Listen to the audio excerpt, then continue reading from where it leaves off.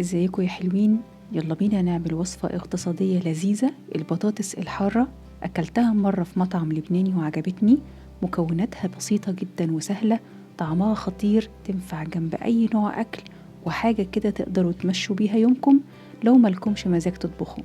بس قبل ما نبدأ ما تنسوش تشتركوا في القناة وتدوسوا على الجرس عشان يوصل لكم كل جديد بنزله، وتعملوا لايك للفيديو لو عجبكم. ويلا بينا نبدأ مع بعض.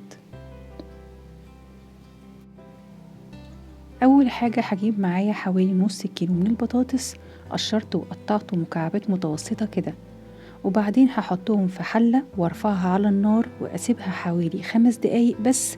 عايزاها نص سلقة يعني علشان ما تتهريش معايا، وهصفيها واسيبها على جنب. بعد كده هجيب شوية من الدقيق معلهوش أي إضافات، وأحط فيه البطاطس بتاعتي وأغلفها بالدقيق كويس جدا.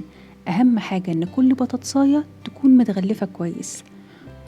وبعد كده هصفيها كويس من الدقيق، وهاخدها وهروح أقليها في زيت سخن غزير لحد كده ما تاخد لون ذهبي وتستوي معايا، وصفيها كويس من الزيت. هتكون بقى استوت وماسكة نفسها مش مهرية ومظبوطة. بعد كده هنقلها في بولة علشان عايزة احضرلها تتبيلة حلوة.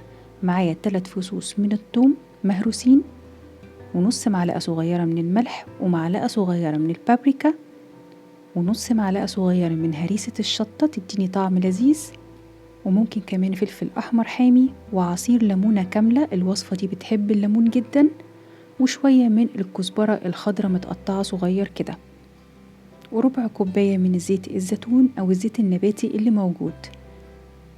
هقلبهم بقى مع بعض كويس كده لحد ما الملح يدوب، وبعد كده هحطها على البطاطس وهي سخنة، وأقلب التتبيلة دي كويس جدا معاها لحد ما تدخل كده جواها وتشرب النكهات اللي فيها كويس.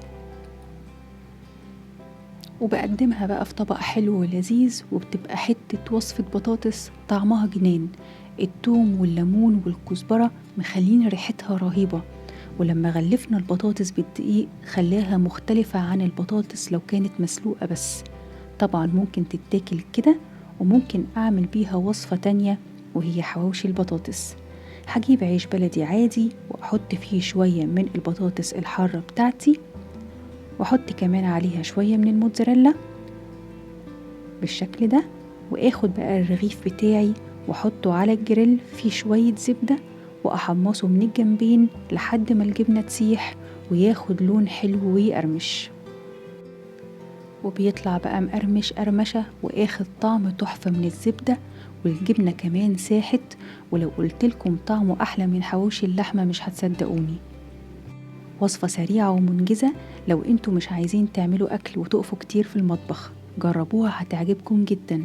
وبس كده، وأهم حاجة ما تنسوش تشتركوا في القناة وتعملوا لايك للفيديو لو عجبكم. أنا أماني علي، وأشوفكم على خير.